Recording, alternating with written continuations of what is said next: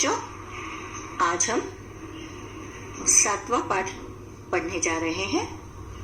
पाठ का नाम है दान का हिसाब और इसके लेखक है श्री सुकुमार राय। एक था राजा। राजा जी लक दक कपड़े पहनकर यूं तो हजारों रुपए खर्च करते रहते थे, पर दान के वक्त उनकी मुट्ठी बंद हो जाती थी।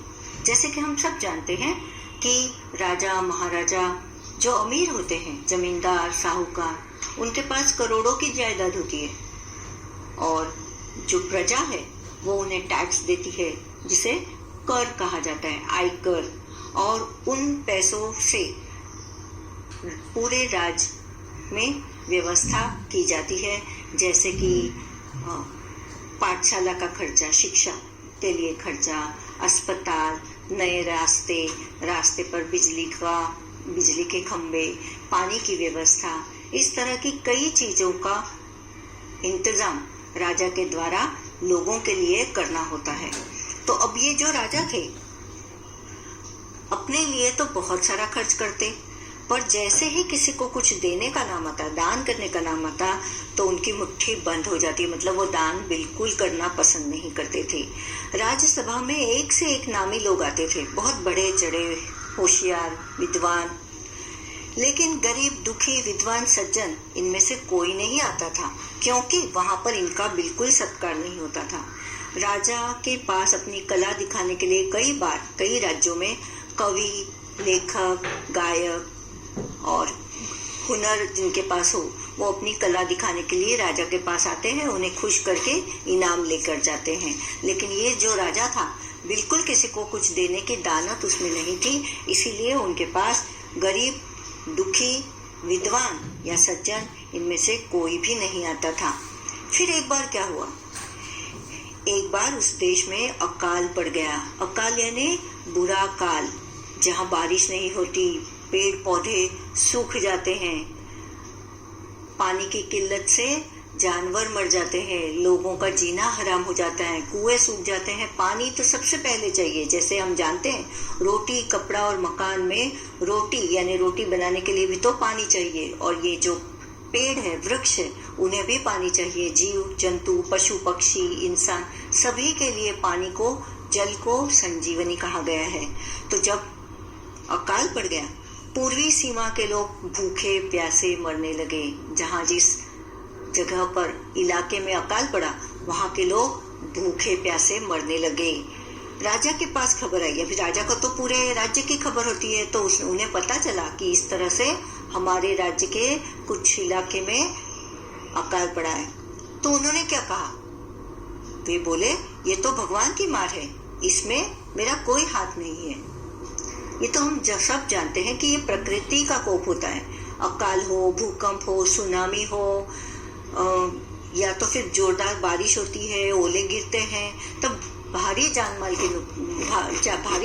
का नुकसान होता है। इसमें किसी का हाथ नहीं होता, पर यह सब हम सोच कर देखें तो अपनी ही करनी धरनी का फल है।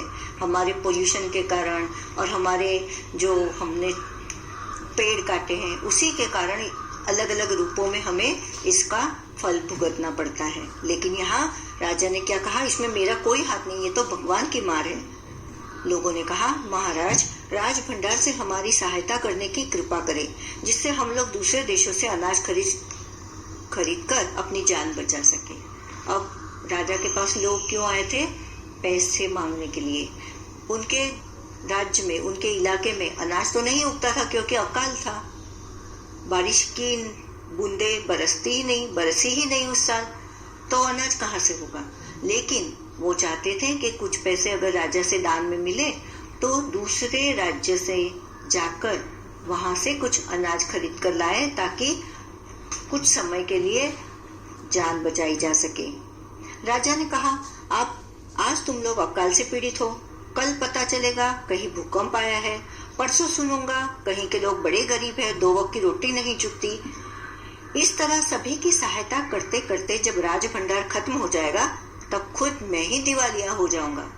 राजा ने उन लोगों को जवाब दिया कि ऐसे तो बहाने चलते रहेंगे।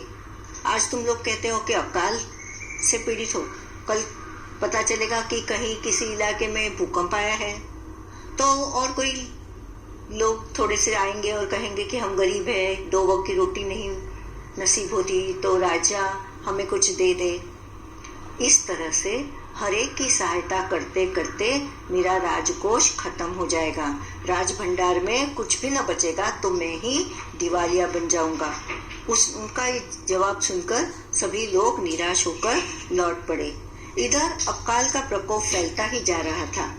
न जाने रोज कितने ही लोग भूख से मरने लगे। लोग फिर राजा के पास पहुंचे। उन्हें ऐसा लगा कि एक बार न सही और दूसरी बार जाकर देखते हैं, राजा से विनती करते हैं, राजा के पांव पड़ेंगे और कहेंगे कि हमारी जान बचाओ, थोड़े से पैसे ही दे दो। उन्होंने राज्यसभा में गुहार लगाई, दुहाई दी कि हे भगवान, हे महाराज महात्मन, हमारी कुछ मदद करो, हमारी जान बचाओ। दुहाई महाराज, आपसे ज्यादा कुछ नहीं चाहते, सिर्फ 10,000 रुपए हमें दे दो, तो हम आधा पेट खाकर भी जिंदा रह जाएंगे। लोगों ने क्या कहा, ज्यादा पैसे नहीं चाहिए, सिर्फ 10,000 चाहिए, ताकि जितना भी हो सके 2 वक्त की रोटी ना सही, 1 वक्त की रोटी खाकर ही हम अपना पेट पाल लेंगे। राजा ने कहा, 10,000 रुपए भी क्या तुम्हें बहुत कम लग रहे हैं? और इतने कष्ट से जीवित रहकर लाभ ही क्या है? इस तरह से बड़ा ही, जैसे उसको क्या कहेंगे, गलत जवाब राजा ने दिया। क्या कहा कि 10,000 क्या तुम्हें कम लग रहे हैं? और इतनी मुश्किल से 1 वक्त खाकर जीना, उससे क्या लाभ होगा? मतलब राजा अलग अलग बहाने बना रहा था, उसे लोगों को पैसे देने नहीं थे, इसीलिए इस तरह से टुच्चा सा जवाब दे दिया। एक व्यक्ति ने कहा, महाराज की कृपा से लाखों रुपए राजकोष में मौजूद है, जैसे धन का सागर हो, उनमें से 1 आध लोटा ले लेने से महाराज का क्या नुकसान हो जाएगा? एक गरीब ने क्या कहा, एक व्यक्ति ने, कि महाराज की कृपा से, अभी ऐसा कहा जाए कि महाराज के पास बहुत पैसे हैं तो महाराज को गुस्सा आ सकता है, इसीलिए उन्होंने कहा, उसने, कि महाराज की कृपा से, भगवान की दया से राजकोष में लाखों रुपए हैं। तो लाखों रुपए कैसे हो है? जैसे धन का सागर हो, मतलब बहुत सारे पैसे। अगर धन के सागर में से 1 आध लोटा, मतलब थोड़े से पैसे अगर हम ले ले, तो क्या बड़ा नुकसान हो जाएगा? राजा ने कहा, राजकोष में अधिक धन है, तो क्या उसे दोनों हाथों से लुटा दूं? तुम क्या चाहते हो? अपनी मनमर्जी करो, लोग आएंगे वैसे सबको देता फिरो। एक अन्य व्यक्ति ने कहा, महल में प्रतिदिन हजारों रुपए इन सुगंधित वस्त्रों, मनोरंजन और महल की सजावट में खर्च होते हैं। वो उन्होंने शुरुआत में ही बताया था कि महाराज खुद पर, अपने कपड़ों पर, खाने पीने, मनोरंजन के साधनों पर बेहिसाब खर्च कर रहे थे, लेकिन किसी को कुछ देने की बारी आई तो उनके हाथों से 1 पाई भी नहीं छूटती थी। तो एक व्यक्ति ने क्या कहा, महल में प्रतिदिन, हर रोज हजारों रुपए खर्च होते हैं। किस पर? सुगंधित कपड़ों पर, मनोरंजन पर, महल की सजावट पर। यदि इन रुपयों में से ही थोड़ा सा धन जरूरतमंदों को मिल जाए तो उन दुखियों की जान बच जाएगी। अब सीधे सीधे किसी व्यक्ति ने उनकी अय्याशी पर उंगली रख दी कि तुम तो इतना खर्चा करते हो अपने लिए, अच्छे अच्छे कपड़े, इत्र, मनोरंजन के साधन, और हम गरीब की जान भी बचाने के लिए थोड़े से पैसे हमने मांगे तो तुम मना कर रहे हो। यह सुनकर राजा को क्रोध आ गया। वह गुस्से से बोला, खुद भिखारी होकर मुझे उपदेश दे रहे हो? मेरा रुपया है, मैं चाहे उसे उबाल कर खाऊं चाहे तल कर, मेरी मर्जी। मतलब राजमहल में तुम मुझे बोलने का अधिकार नहीं रखते। खुद भिखारी हो, अपनी हैसियत से रहो, और मेरा पैसा है, इन सारे पैसों पर मेरा अधिकार है, तो ये पैसा मैं चाहे इसे उबाल कर खाऊं या तल कर, मेरी मर्जी होगी। तुम अगर इसी तरह बकवास करोगे तो मुश्किल में पड़ जाओगे, इसीलिए इसी वक्त तुम चुपचाप खिसक जाओ, यहाँ से रफा दफा हो जाओ, आना मत, दोबारा अपना मुंह मत दिखाना, नहीं तो भारी पड़ जाएगा। राजा का क्रोध देखकर लोग वहां से चले गए। राजा हंसते हुए बोला, छोटे मुंह बड़ी बात अगर 200 100 200 रुपए होते तो एक बार सोच भी सकता था, पहरेदारों की खुराक 2-4 दिन कम कर देता। देखा, खुद पर तो खर्चा कम करने की उनकी बिल्कुल तैयारी न थी। उन्होंने सोचा कि 100-200 रुपए अगर किसी को देने हैं तो ठीक है, पहरेदारों को थोड़ा कम खाना देकर वो पैसा मैं बचा लूंगा। लेकिन यहाँ और यह रकम पूरी भी हो जाती, मगर 100-200 से इन लोगों का पेट नहीं भरेगा। एकदम 10,000 मांग बैठे। सचमुच था, बहुत सारे लोग थे, उनका खर्चा इतना होना व्याजबी था। तो 10,000 रुपए राजा के लिए कोई बड़ी रकम नहीं थी, क्योंकि उसके पास हजारों रुपए थे। राजकोष पैसों से भरा हुआ था, अटा पड़ा था। लेकिन राजा क्योंकि दान देना ही नहीं चाहता था, किसी गरीब जरूरतमंद की मदद ही नहीं करना चाहता था, उसने ऐसा कहा, छोटे लोगों के कारण नाक में दम हो गया, मतलब मैं तंग आ गया हूँ। यह सुनकर वहां उपस्थित लोग हाँ कहकर रह गए, मगर मन ही मन उन्होंने भी सोचा, राजा ने ये ठीक नहीं किया। जरूरतमंदों की सहायता करना तो राजा का कर्तव्य है। एकदम सही। राजा जो होता है जनता का सेवक होता है, ना ही मालिक। जनता के सुख दुखों में बराबर का हिस्सेदार होता है। गरीब जनता के दुखों का निवारण करना, दुखों को दूर करना राजा का कर्तव्य है। 2 दिन बाद न जाने कहां से एक बूढ़ा सन्यासी राजसभा में आया। उसने राजा को आशीर्वाद देते हुए कहा, दाता कर्ण महाराज, बड़ी दूर से आपकी प्रसिद्धि सुनकर आया हूँ। सन्यासी की इच्छा भी पूरी कर दी। अपनी प्रशंसा सुनकर राजा बोला, जरा पता तो चले तुम्हें क्या चाहिए, यदि थोड़ा कम मांगो तो शायद मिल भी जाए। इस तरह सन्यासी ने पहले तो उसे कर्ण कहा राजा को, और दूर से आपकी प्रसिद्धि, आपका नाम सुनकर आया हूँ, ऐसा कहकर उसको थोड़ा सा खुश कर दिया। राजा ने पहले ही कहा, ठीक है, मैं तुम्हारी इच्छा पूरी कर दूंगा, लेकिन थोड़ा कम ही मांगना। सन्यासी ने कहा, मैं तो सन्यासी हूँ, मैं अधिक धन का क्या करूंगा। मैं राजकोष से 20 दिन तक बहुत मामूली भिक्षा प्रतिदिन लेना चाहता हूँ। मेरा भिक्षा लेने का नियम इस प्रकार है। तो क्या था उसका नियम? मैं पहले दिन जो लेता हूँ, दूसरे दिन उसका दुगना, फिर तीसरे दिन उसका दुगना, फिर चौथे दिन तीसरे का दुगना, इसी तरह से प्रतिदिन दुगना लेता जाता हूँ। भिक्षा लेने का मेरा यही तरीका है।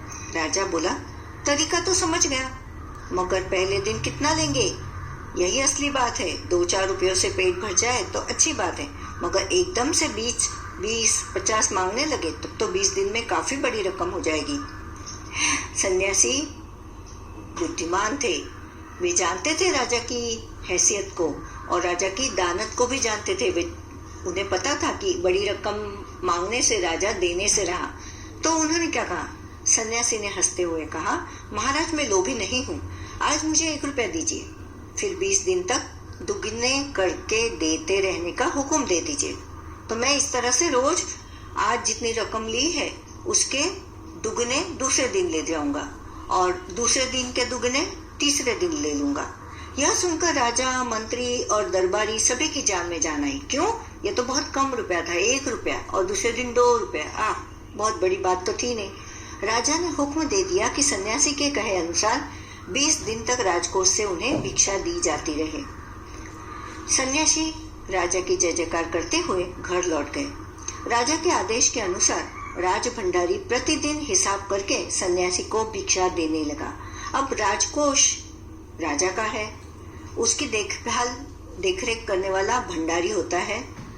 और जैसे इंद्र भगवान का जो भंडारी है उसे कुबेर कहते हैं, वो उनके धन की रक्षा करता है। तो यहाँ राजा ने सन्यासी की इच्छा के अनुसार भंडारी को आज्ञा दी कि जैसे सन्यासी ने कहा है, आज 1 रुपया, उसके दूसरे दिन उसके दुगना, फिर दुगना दूसरे दिन जितना दिया है उससे और दुगना तीसरे दिन, इस तरह से इसे 20 दिन तक भिक्षा मिल जानी चाहिए।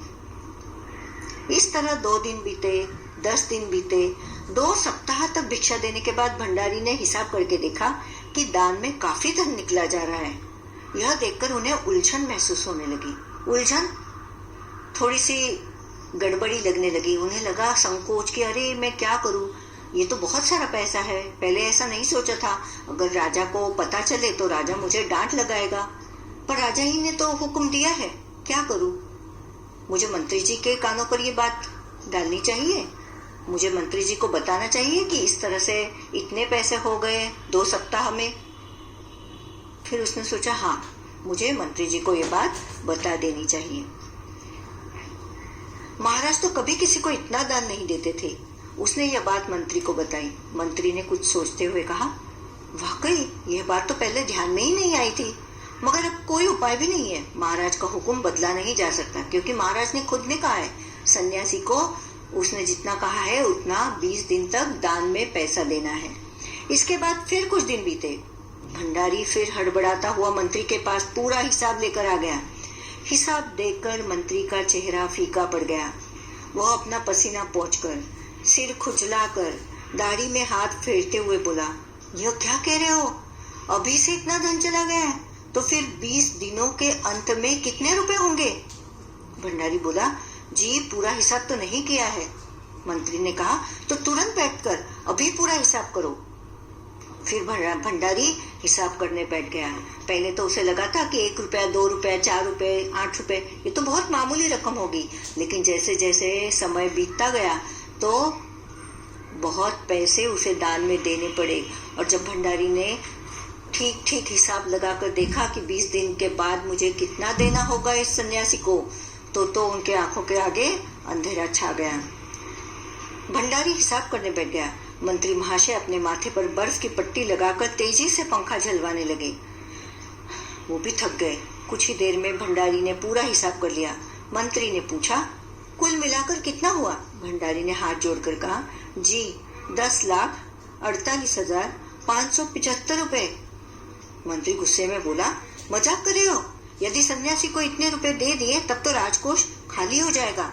भंडारी ने कहा, मजाक क्यों करूंगा, आप ही हिसाब देख लीजिए। यह कहकर उसने हिसाब का कागज मंत्री जी को दे दिया। हिसाब देखकर मंत्री जी को चक्कर आ गया। सभी उन्हें संभालकर बड़ी मुश्किल से राजा के पास ले गए। इस तरह भंडारी ने अपनी बात मंत्री को बताई, और मंत्री ने जब देखा कि सचमुच वाकई 2 हफ्ते के बाद तो राजकोष खाली हो जाएगा, इतना पैसा अगर सन्यासी को हर दिन दिया जाता है तो फिर वो दोनों मिलकर भंडारी और मंत्री जी राजा के पास आए। राजा ने पूछा, क्या बात है? मंत्री बोले, महाराज राजकोष खाली होने जा रहा है। वो कैसे? मंत्री बोले, महाराज सन्यासी को आपने भिक्षा देने का हुक्म दिया है, मगर अब पता चला है कि उन्होंने इस तरह राजकोष से करीब 10 लाख रुपए झटकने का उपाय कर लिया है। तो पहले तो उन्होंने नहीं सोचा था कि इस तरह से 10 लाख रुपए हिसाब हो जाएंगे। राजा ने गुस्से से कहा, मैंने इतने रुपए देने का आदेश तो नहीं दिया था, फिर इतने रुपए क्यों दिए जा रहे हैं? भंडारी को बुलाओ। मंत्री ने कहा, जी सब कुछ आपके हुक्म के अनुसार ही हुआ है, आप खुद ही दान का हिसाब देख लीजिए। राजा ने उसे 1 बार देखा, 2 बार देखा, इसके बाद वह बेहोश हो गया। काफी कोशिशों के बाद उनके होश आ जाने पर लोग सन्यासी को बुलाने दौड़े। सन्यासी के आते ही राजा रोते हुए उनके पैरों पर गिर पड़ा। राजा को अब सच्चाई का पता लगा कि इस तरह सन्यासी ने मुझे बेवकूफ बनाया। 1 रुपया रोज का मांगकर और उसके दुगना ऐसे 20 दिन तक दान का मांगकर उसने बहुत बड़ी रकम मुझसे ऐंठनी चाहिए है। दुहाई है सन्यासी महाराज, मुझे इस तरह जान माल से मत मारिए। जैसे भी हो एक समझौता करके मुझे वचन से मुक्त कर दीजिए। अब राजा ने तो उसे वचन दिया था कि 20 दिन तक सन्यासी जिस तरह से दान मांग रहा है उसे दे दिया जाए। अब राजा भले कैसा ही हो, लेकिन किसी को दिया हुआ वचन इस तरह से तोड़ा नहीं जाता। इसलिए राजा ने सन्यासी के पैरों पर गिड़गिड़ाकर उनसे माफी मांगी और वचन से मुक्त करने की दुहाई दी। अगर आपको 20 दिन तक भिक्षा दी गई तो राजकोष खाली हो जाएगा, फिर राजकाज कैसे चलेगा? सन्यासी ने गंभीर होकर कहा, इस राज्य में लोग अकाल से मर रहे हैं, मुझे उनके लिए केवल 50,000 रुपए चाहिए। वह रुपया मिलते ही मैं समझूंगा मुझे मेरी पूरी भिक्षा मिल गई है। राजा ने कहा, परंतु उस दिन एक आदमी ने मुझसे कहा था कि लोगों के लिए 10,000 रुपए ही बहुत होंगे। सन्यासी ने कहा, मगर आज मैं कहता हूँ कि 50,000 से 1 पैसा कम नहीं लूंगा, क्योंकि 10,000 रुपए लेकर वो कहता था कि 1 वक्त की रोटी या कम खाकर हम जीवित रह लेंगे। जब 10,000 रुपए देने के लिए राजा ने मना किया, अब इस सन्यासी ने तो 50,000 रुपए मांग लिए थे। और सन्यासी अक्लमंद था। उसने कहा यही मौका है कि राजा के हाथ से लोगों के लिए 50,000 रुपए लिए जाए। वो खुद के लिए कुछ नहीं चाहते थे, लोगों की भलाई चाहते थे। राजा गिड़गिड़ाया, मंत्री गिड़गिड़ाए, रिक्वेस्ट की, हाथ पैर जोड़े, सभी गिड़गिड़ाए, मगर सन्यासी अपने वचन पर डटा रहा। आखिरकार लाचार होकर राजकोष से 50,000 रुपए सन्यासी को देने के बाद ही राजा की जान बची। पूरे देश में खबर फैल गई कि अकाल के कारण राजकोष से 50,000 रुपए राहत में दिए गए हैं। सभी ने कहा हमारे महाराज कर्ण जैसे ही दानी हैं। बच्चों, बड़ी अच्छी कहानी थी यह, आपको समझ में आई होगी और अच्छी भी लगी होगी। धन्यवाद। कहानी से राजा किसी को भी दान क्यों नहीं देना चाहता था? राजा अपनी सज-धज वस्त्र अलंकार पर, मनोरंजन पर हजारों रुपए खर्च करते थे, पर दान के नाम पर वे कंजूस बन जाते। उनकी मुट्ठी बंद हो जाती। उन्हें लगता दान देने से राजकोष खाली हो जाएगा। राज दरबार के लोग मन ही मन राजा को बुरा कहते थे, लेकिन वे राजा का विरोध क्यों नहीं कर पाते थे? राजसभा के लोग राजा का विरोध नहीं कर पाते थे क्योंकि राजा के क्रोधित होने का डर उन्हें रहता। अगर राजा का विरोध करेंगे तो राजा उन्हें दंड देगा। राजसभा में सज्जन और विद्वान लोग क्यों नहीं जाते थे? राजसभा में एक से एक नामी लोग आते, परंतु गरीब, दुखी, विद्वान, सज्जन इनमें से कोई नहीं आता क्योंकि वहां पर इनका सत्कार नहीं होता। सन्यासी ने सीधे सीधे शब्दों में भिक्षा क्यों नहीं मांग ली? सन्यासी चतुर था, विद्वान था, राजा का स्वभाव वह जानता था। एक बार में बड़ी रकम राजा नहीं देगा, इसीलिए उन्होंने यह उपाय सोचा। राजा को सन्यासी के आगे गिड़गिड़ाने की जरूरत क्यों पड़ी? राजा ने सन्यासी की मांग को छोटी मोटी रकम समझा, मगर बात आगे बढ़ने पर, हिसाब लगाने पर पता चला कि इस तरह से राजकोष खाली होता जा रहा है। अतः उन्हें सन्यासी के आगे गिड़गिड़ाना पड़ा। तुम नीचे दिए गए वाक्यों को किस तरह से कहोगे? दान के वक्त उनकी मुट्ठी बंद हो जाती थी का मतलब है दान की बात आती तो उनके हाथ से पैसा न निकलता। खो, हिसाब देखकर मंत्री का चेहरा फीका पड़ गया। हिसाब देखकर मंत्री बहुत डर गया। सन्यासी की बात सुनकर सभी की जान में जान आई। सन्यासी की बात सुनकर सभी को राहत महसूस हुई। लाखों रुपए राजकोष में मौजूद है जैसे धन का सागर हो। राजकोष में इतनी संपत्ति है जैसे धन का सागर। कभी कभी कुछ इलाकों में बारिश बिल्कुल भी नहीं होती। नदी, नाले, तालाब सब सूख जाते हैं। फसलों के लिए पानी नहीं मिलता, खेत सूख जाते हैं। पशु, पक्षी, जानवर, लोग भूखे मरने लगते हैं। ऐसे समय में वहां रहने वाले लोगों को मदद की जरूरत होती है। तुम भी लोगों की मदद जरूर कर सकते हो। सोचकर बताओ, तुम अकाल में परेशान लोगों की मदद कैसे करोगे? अकाल में परेशान लोगों को मदद करने हेतु मैं अपने सभी दोस्तों को एकत्रित करूंगा। उनसे थोड़े थोड़े पैसे जमा कर जरूरतमंदों को तैयार भोजन, अनाज, दालें, कपड़े, पानी या जरूरतमंदों को पैसों के रूप में मदद करूंगा। जिम्मेदारी अपनी अपनी। तुम्हारे विचार से राज दरबार में किसकी क्या क्या जिम्मेदारियां होगी? मंत्री की। मंत्री पर देश के हालात देखकर समय समय पर राजा को सलाह देने की जिम्मेदारी होती है। राजा के करीब होने के कारण जनता की मुश्किलों को राजा तक पहुंचाकर उसे दूर करवाना ही मंत्री का काम होता है। भंडारी। राजकोष की सुरक्षा भंडारी के हाथ होती है। राजकोष में आने वाला धन किन किन उचित कार्यों पर खर्च होता है, इस पर उसकी बारीक नजर होनी चाहिए। आय और व्यय का पूरा ब्यौरा उसके पास हो। कर्ण जैसा दानी। सभी ने कहा हमारे महाराज कर्ण जैसे ही दानी हैं। पता करो कि कर्ण कौन थे। कर्ण जैसे दानी का क्या मतलब है? दान क्या होता है और किन किन कारणों से लोग दान करते हैं? सबसे पहले देखेंगे कर्ण कौन थे। कर्ण कुंती के सबसे बड़े पुत्र थे। वे दानी थे। अपना कवच कुंडल भी उन्होंने दान कर दिया। इस धरती पर उनकी तुलना में कोई नहीं आता। अपना सर्वस्व दान करने में भी वे नहीं हिचकिचाए। कर्ण जैसे दानी का मतलब है जिन्होंने अपना सब कुछ दूसरों के लिए दे दिया हो, उसके जैसा। दान क्या होता है? गरीब, दुखियों रोगी, अपाहिजों और जरूरतमंदों को दिया गया धन, अनाज, कपड़े, पानी, जरूरत की चीजें दान कहलाता है। अब दान किन किन कारणों से लोग करते हैं? दान कई कारणों से करते हैं। नाम कमाने हेतु, पुण्य कमाने हेतु, परोपकार के लिए, मदद के लिए और निस्वार्थ भाव से अपना फर्ज समझकर भी दान करने वाले कई लोग हैं। कहानी और तुम। राजा धनकोष के धन का उपयोग किन किन कामों में करता था? राजा धनकोष में के धन का उपयोग वस्त्र, मनोरंजन और महल की साज सज्जा के लिए उपयोग करता था। तुम्हारे घर में जो पैसा आता है वह कहाँ कहाँ खर्च होता है, पता करके देखो। मेरे घर में जो पैसा आता है वह अनाज, वस्त्र, पढ़ाई लिखाई, बिजली, पानी, घर का भाड़ा, टेलीफोन पर खर्च होता है। त्योहारों पर भी खर्च पड़ता है। अकाल के समय लोग राजा से कौन कौन से काम करवाना चाहते थे? और दूसरा सवाल है, तुम अपने स्कूल या इलाके में क्या क्या काम करवाना चाहते हो? अकाल के समय लोग चाहते हैं कि राजा दूसरे देश से अनाज मंगवाकर लोगों को उपलब्ध कराए। तालाब खोदने का काम भी हो सकता है।